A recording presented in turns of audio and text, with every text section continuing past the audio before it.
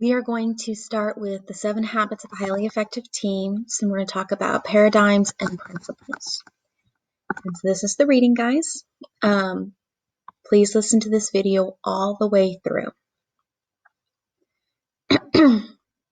Paradigms and principles. What you see is what you get. The following is a list of statements made many years ago by experts in their fields. At the time they were said, they sounded legit, or intelligent, With the passing of time, they sound idiotic. Top 10 all-time stupid quotes. Number 10. There is no reason for any individual to have a computer in their home. Kenneth Olson, president and founder of Digital Equipment Corporation in 1977. Number 9. Airplanes are interesting toys, but of no military value. Marshal Ferdinand Foch, French military strategist and future World War I commander in 1911. Number 8. Man will never reach the moon, regardless of all future scientific advances. Dr. Lee De Forest, inventor of the Auden tube and father of radio, on February 25, 1967.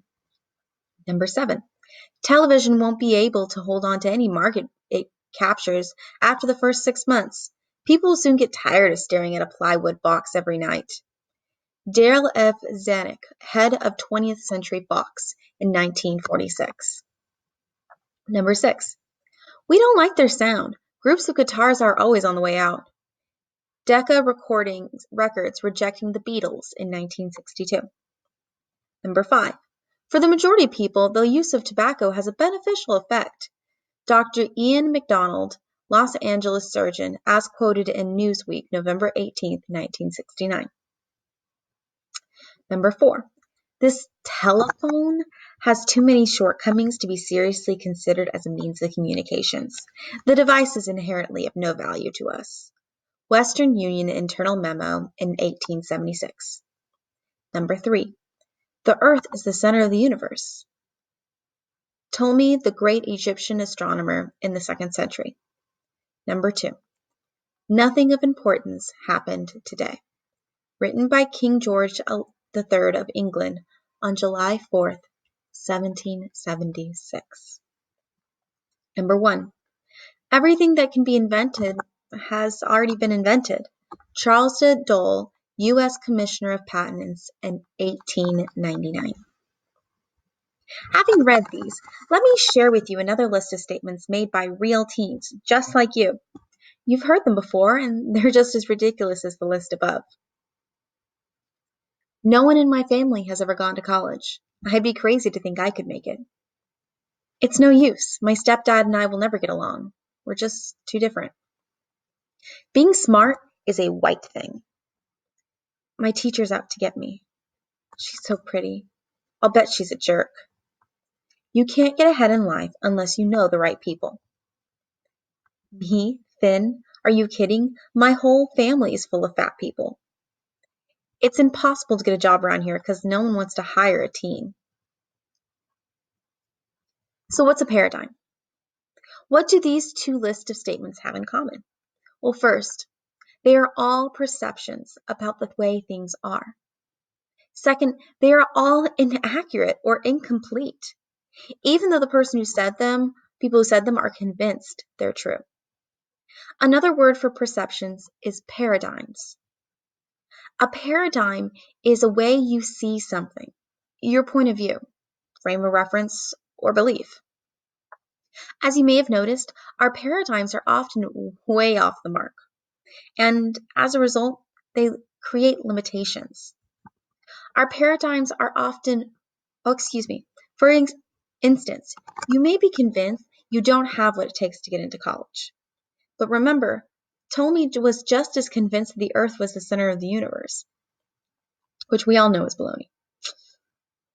And think about the teen who believes she can't get along with her stepdad. If that's her paradigm, is she likely to ever get along? Probably not, because that belief will hold her back. Paradigms are like glasses.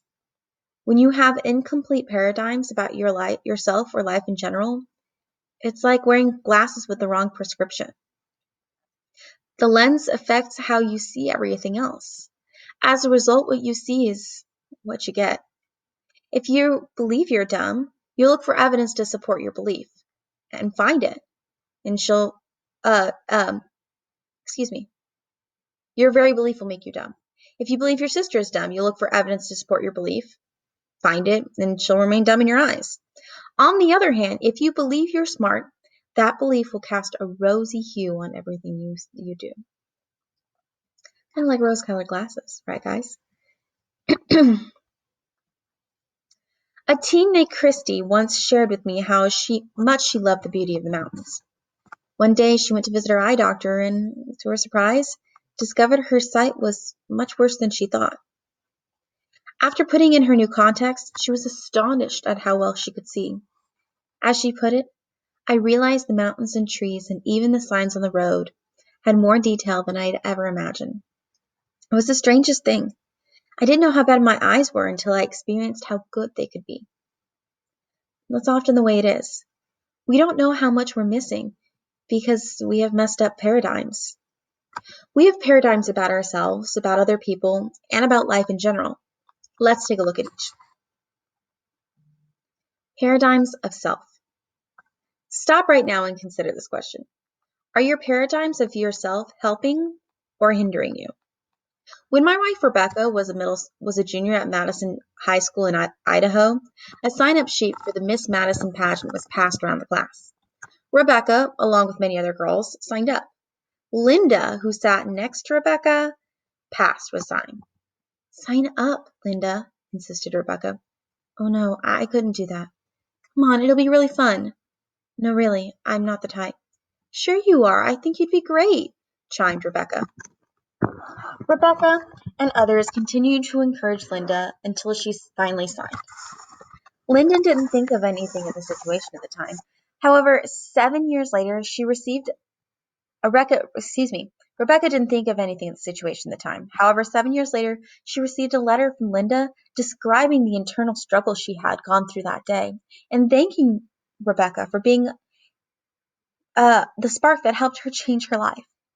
Linda related how she suffered from a poor self-image in high school and was shocked that Rebecca would consider her a candidate for a talent pageant. She finally agreed to sign up just to get Rebecca and the others off her back. Linda was so uncomfortable about being in the pageant that she contacted the pageant director the following day and demanded her name be removed from the list. But like Rebecca, the director insisted that Linda participate. Reluctantly, Linda agreed. But that's what all it took. By daring to participate in an event that demanded the best in her, Linda began to see herself in a new light. In her letter, Linda thanked Rebecca from deep within for, in essence, taking off her warped glasses, shattering them against the floor, and insisting she try on a new pair. Linda noted that although she hadn't won a single title or award, she had overcome an even bigger obstacle, her low perception of herself. Because of her example, her two younger sisters participated in the pageant in later years. It became a big thing in her family. The following year, Linda became a student body officer and, as Rebecca relates, developed a vivacious and outgoing personality. Linda experienced what you call a paradigm shift. It means that you suddenly see things in a new way, as if you just tried on a new pair of glasses. Just as negative self-paradigms can put limitations on us, positive self-paradigms can bring out the best in us. As the following story from the son of King Louis the Eighth of France illustrates. King Louis had been taken from his throne and imprisoned. His young son, the prince, was taken by those who dethroned the king.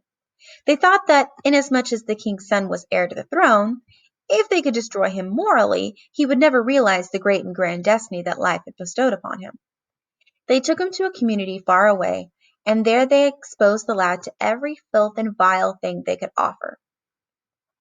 They exposed him to foods, the richness of which would quickly make him a slave to appetite. They used vile language around him constantly. They exposed him to lewd and lusting women. They exposed him to dishonor and distrust. He was surrounded 24 hours a day by everything that could drag the soul of a man as low as one could slip. For over 6 months he had this treatment. But not once did the young lad buckle under pressure. Finally, after intensive temptation, they questioned him. Why had he not submitted himself to these things? Why had he not partaken? These things would provide pleasure, satisfy his lusts, and were desirable. They were all his. The boy said, I cannot do what you ask, for I was born to be a king. Prince Louis held that paradigm of himself so tightly that nothing could shake him. In like manner, if you walk through life wearing glasses that say, I can do it, or I matter, that belief will put a positive spin on everything else. At this point, you may be wondering, if my paradigm of self is all contorted, what can I do to build it? One way is to spend time with someone who believes in you and builds you up. My mother was such a person to me. When I was growing up, my mom always believed in me, especially when I doubted myself. She was always saying stuff like, Sean, of course you can run for class president, and ask her out. I'm sure she would die to go out with you. Whenever I needed to be affirmed, I talked to my mom and she'd clean up my glasses. Ask any successful person, and most will tell you they had a person who believed in them. A teacher, a friend, a guardian, a sister, a grandmother. It only takes one person, and it doesn't really matter who it is. Don't be afraid to lean on this person and get nourished by them. Go to them for advice. Try to see the way they see you. Oh, what a difference a new pair of glasses would make. As someone once said, if you can envision the type of person God intended you to be, you would rise up and never be the same again. At times, you may not have anyone to lean on and may need to go solo. If this is the case with you, pay special attention in the next chapter, which will give you some handy tools to help build your self-image. Paradigms of others. We have paradigms not only about ourselves, but also about other people. And they can get way out of whack too. Seeing things from a different point of view can help us understand why other people act the way they do. Becky told me about her paradigm shift. As a junior in high school, I had a friend named Kim. She was essentially a nice person, but as the year progressed, it became more and more difficult to get along with her. She was easily offended and often felt left out. She was moody and difficult to be around. It had gotten to the point where my friends and I started calling her less and less. Eventually, we stopped inviting her to things. I was gone for a good part of the summer after that year, and when I returned, I was talking to a good friend of mine, catching up on all the news. She was telling me all the gossip, the different romances, who was dating who, and so on. And suddenly she said, Oh, did I tell you about Kim? She's been having a hard time lately because her parents are going through a really messy divorce. She's taking it really hard. When I heard this, my whole perspective changed. Rather than being annoyed by Kim's behavior, I felt terrible about my own. I felt I had deserted her in her time of need. Just by knowing that one little bit of information, my whole attitude towards her changed. It was really an eye-opening experience. Ooh, didn't mean to do that, guys, sorry.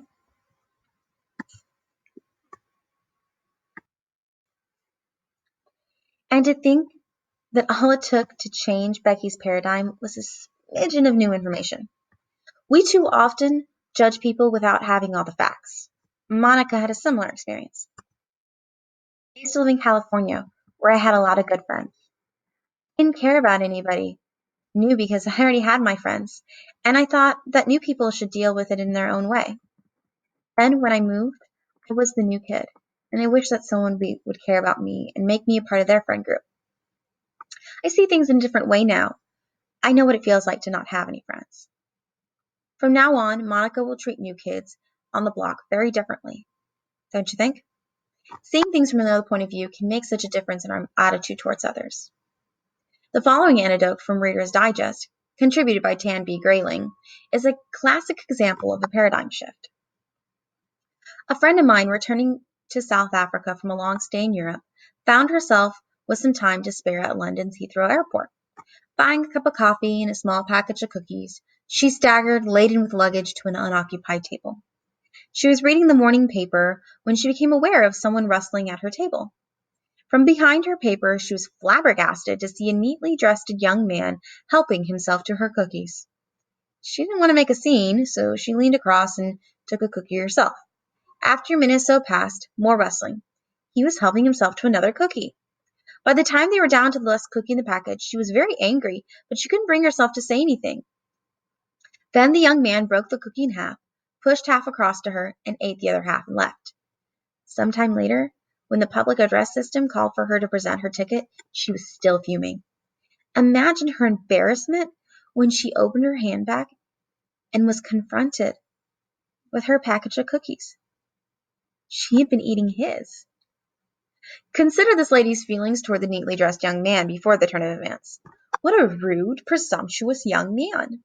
Imagine her feelings after. How embarrassing. How kind of him to share his last cookie with me. So what's the point? It's simply this. Our paradigms are often incomplete, inaccurate, or completely messed up. Therefore, we shouldn't be so quick to judge, label, or form rigid opinions of others, or ourselves for that matter. From our limited points of view, we seldom see the whole picture or have all the facts. In addition, we should open our minds and hearts to new information, ideas, and points of view, and be willing to change our paradigms when it becomes clear that they're wrong. Most important, it is obvious that we want to make big changes in our lives. The key is to change our paradigms, or the glasses through which we see the world. Change the lens and everything else will follow. If you look closely, you'll find that most of your problems with relationships, self-image, attitude, are the result of a messed up paradigm or two. For instance, if you have a poor relationship with, say, your dad, it's likely that both of you have a warped paradigm of each other. You may see him as being totally out of touch with the modern world, and he may see you as being a spoiled and grateful brat. In reality, both of your paradigms are probably incomplete and are holding you back from real communication. As you'll see, this book will challenge many of your paradigms and hopefully will help you create more accurate and complete ones. So get ready. Paradigms of life. Besides having paradigms about ourselves and others, we also have paradigms about the world in general. You can usually tell what your paradigm is by asking yourself, what is the driving force of my life? Why do I spend so much time thinking about? Who or what is my life obsession? Whatever is more important to you will become your paradigm, your glasses, or as I like to call it, your life center. Some of the more popular life centers for the teens include friends, stuff, boyfriend, girlfriend, school, parents, sports, hobbies, heroes, enemies, self, and work. They each have their good points, but they're all incomplete in one way or another. And as I'm about to show you, they'll mess you up if you center your life on them. Luckily, there is one center that you can always count on. We'll save it for last. Friend center. There's nothing better than belonging to a great group of friends, and nothing worse than feeling like an outcast. Friends are important, but you should never become their center. Why? Well, occasionally they're fickle. Now and then, they're fake. Sometimes they talk behind your back or develop new friendships and forget yours. They have mood swings. They move.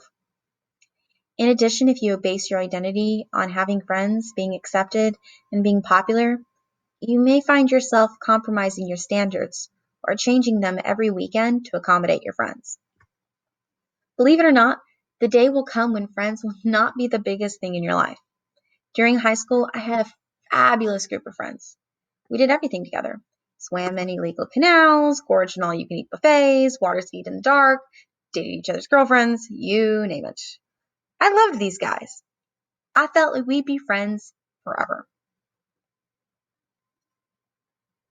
After graduating from high school and moving away, however, I'd been amazed at how seldom we see each other. We live far apart, and new relationships, jobs, and families take up our time. As a teen, I could have never fathomed this. Make as many friends as you can, but don't build your life on them. It's an unstable foundation. Stuff-centered. Sometimes we see the world through the lens of possessions or stuff. We live in a material world that teaches us that he who dies with the most toys wins. We have the fastest cars, the nicest clothes, the latest stereo, the best hairstyle, and many other things that are supposed to bring us happiness. Possessions also come in the form of titles and accomplishments, such as head cheerleader, lead in the play, valedictorian, student body press officer, chief editor, or MVP. There's nothing wrong with accomplishing and enjoying our stuff, but we should never center our lives on things, which in the end have no lasting value.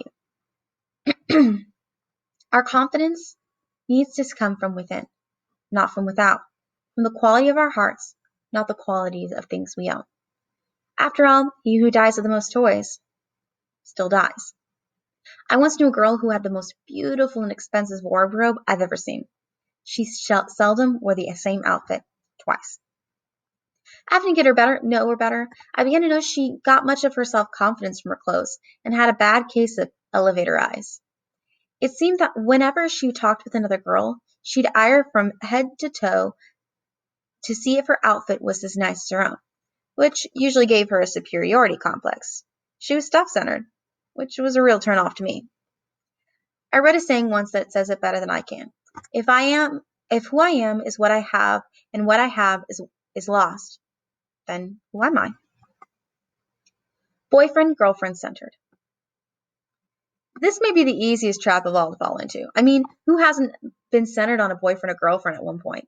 Let's pretend Brady centers his life on his girlfriend, Tasha. And now watch the instability it creates in Brandy. Tasha's actions. Made a rude comment. Brandy's reactions.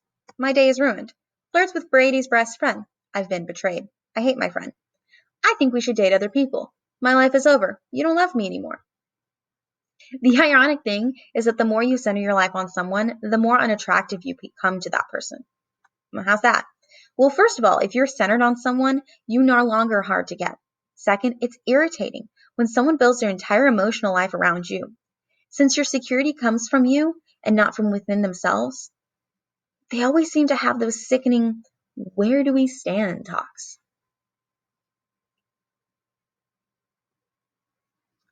When I began dating my wife, one of the things that attracted me the most was that she didn't center her life on me.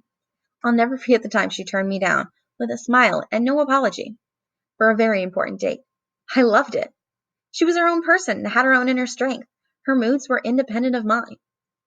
You can usually tell when a couple becomes centered on each other because they are forever breaking up and getting back together. Although their relationship has deteriorated, their emotional lives and identities are so intertwined they can never fully let go of each other. Believe me, you'll be a better boyfriend or girlfriend if you're not centered on your partner. Independence is more attractive than dependence. Besides, centering your life on another doesn't show you love them, only that you're dependent on them. Have as many girlfriends or boyfriends as you like. Just don't get obsessed with or center on them because although there are expectations, these relationships usually are about as stable as a yo-yo. School-centered. Amongst teens, centering one's life on school is more common than you might think. Lisa from Canada regrets being school-centered for so long. I've been so ambitious and school-centered that I haven't enjoyed my youth. It's not only been unhealthy for myself, but it's been selfish because all I cared about was me and my achievements. As a seventh grader, I was already working as hard as a college student.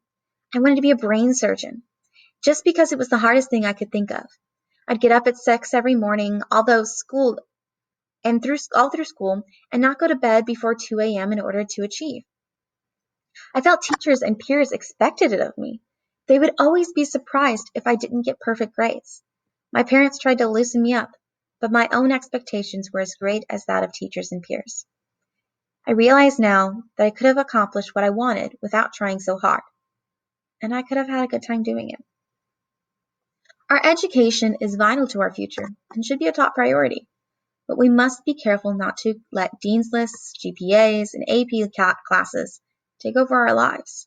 School-centered teens often become so obsessed with getting good grades that they forget the real purpose of school is to learn. Thousands of teens have proved you can do extremely well in school and still maintain a healthy balance in life. Thank goodness our worth isn't measured by our GPA. Parent-centered. Your parents can be the greatest source of love and guidance, and you should respect and honor them. But centering your life on your parents and living to please them about amongst everything else can become a real nightmare. Don't tell your parents I said that, or they might take this book away. Just kidding. Read what happened to this young girl from Louisiana. I worked hard all semester. I just knew my parents would be pleased. 6 A's and 1 B plus, but all I could see in their eyes were disappointment. All they wanted to know was why the B plus wasn't an A. It was all I could do not to cry. What did they want from me? That was my sophomore year of high school. I spent the next 2 years trying to make my parents proud of me. I played basketball and hoped that they would be proud. They never came to see me play. I made the honor roll every semester, but after a while, straight A's were just expected. I was going to go to college to be a teacher, but there was no money in that, and my parents felt that I'd be better off studying something else. So I did. Every decision I made was as prefaced with the questions. What would mom and dad want me to do? Would they be proud? Would they love me? But no matter what I did, it was never good enough. I based my whole life on the goals and aspirations my parents thought were good, and it didn't make me happy. I had lived to please my parents for so long that I felt out of control. I felt worthless, useless, and unimportant. Eventually, I realized my parents' approval wasn't coming, and if I didn't get my act together, I would destroy myself. I needed to find a center that was timeless, unchanging, and real. A center that couldn't shout, that would disapprove or criticize. So I started to live my own life by the principles that I thought would bring me happiness. And honestly, with myself and my parents, faith in a happier life, hope for the future, and belief in my own goodness. In the beginning, I sort of had to pretend that I was strong, but over a period of time, I became strong.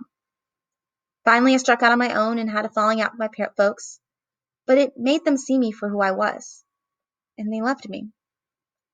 They apologized for all the pressure they put on me and expressed their love. I was 18 years old before I remember my dad saying, "I love you." But they were the sweetest words I'd ever heard, and well worth the wait. I still care about what my parents think, and I'm still influenced by their opinions, but ultimately, I have become responsible for my life and my actions, and I try to please myself before anybody else. Other possible centers. The list of possible centers could go on. Sports, hobby-centered is a big one. How many times have we seen a sports-centered jock build his identity around being a great athlete, only to suffer a career-ending injury? It happens all the time, and the poor guy is left to rebuild his life from scratch. The same goes for hobbies and interests, such as dance, debate, drama, music, or clubs. What about being hero-centered? If you build your life around a movie, a rock star, famous athlete, powerful politician, what happens if they die, do something really stupid, or end up in jail? Where are you then? Sometimes we can even become enemy-centered and build our lives around hating a group, a person, or idea, like Captain Hook, whose entire existence revolved around hating Peter Pan. This is often the case with gangs and with bitter divorces. What a warped center this one is. Becoming work-centered is a sickness that usually afflicts older people, but can also reach teens. Workaholism is usually driven by a compulsive need to have more stuff, like monies, cars, status, or recognition, which feeds us for a season, but does never fully satisfy. Another common center is being self-centered, or thinking the world revolves around you and your problems. This often results in being so worried about your own condition that you're oblivious to the walking wounds all around you. As you can see, all these and many more life centers do not provide the stability that you and I need in life. I'm not saying we shouldn't strive to become excellent in something like dance or debate, or strive to develop something outstanding, relationships with our friends and parents. We should. But there's a fine line between having a passion for something and basing your entire existence on it. And that's the line we shouldn't cross. Principle-centered, the real thing. In case you're starting to wonder, there is a principle that actually works. What is it? Drum roll, please. It's being principle-centered. We're all familiar with the effects of gravity. Throw a ball up and it comes down. It's a natural law or principle. Just as there are principles that rule the physical world, there are principles that rule the human world. People aren't religious. They aren't American or Chinese. They aren't mine or yours. They aren't up for discussion. They apply equally to everyone. Rich or poor, principles aren't religious. They aren't American or Chinese. They aren't mine or yours. They aren't up for discussion. They apply equally to everyone, rich or poor, king or peasant, male or female. They can't be bought or sold. If you live with them, you will excel. If you break them, you'll fail. Hey, that sort of rhymes. It's that simple. Here are a few examples. Honesty is a principle. Service is a principle. Love is a principle. Hard work is a principle. Respect, gratitude, moderation, fairness, integrity, loyalty, and responsibility are principles. There are dozens and dozens more. They're not hard to identify. Just as a compass always points true north, your heart will recognize true principles. For example, think about the principles of hard work. If you haven't paid the price, you may be able to get off for a while, but eventually it will catch up to you. I remember one time being invited to play in a golf tournament with my college football coach. He was a great golfer. Everyone, including my coach, expected that I'd be a fine golfer too. After all, I was a college athlete, and all college athletes should be great golfers, right? Wrong. You see, I stunk at golf. I'd only played a few times in my life, and I didn't even know how to hold a club properly. I was nervous about everyone finding out how bad I was at golf, especially my coach. I was hoping I could fool him and everyone else into thinking I was good. On the very first hole, there was a small crowd gathered around. I was first to tee off. Why me? As I stepped to hit the ball, I prayed for a miracle. Swoosh! It worked. A miracle! I couldn't believe it. I had hit a long shot straight down the middle of the fairway. I turned around and smiled to the crowd and acted as if I'd always hit like that. Thank you very much. I had them all fooled. But I was only fooling myself because there was 17 and a half more holes to go. In fact, it took only about 5 more shots for everyone around me, including my coach, to realize that I was a complete golf nerd. It wasn't long until the coach was trying to show me how to swing the club. I'd been exposed. Ouch. You can't fake playing golf, tuning a guitar, or speaking Arabic if you haven't paid the price to get good. There's no shortcut. Hard work is a principle. As the NBA great Larry Bird put it, if you don't do your homework, you won't make the free throw.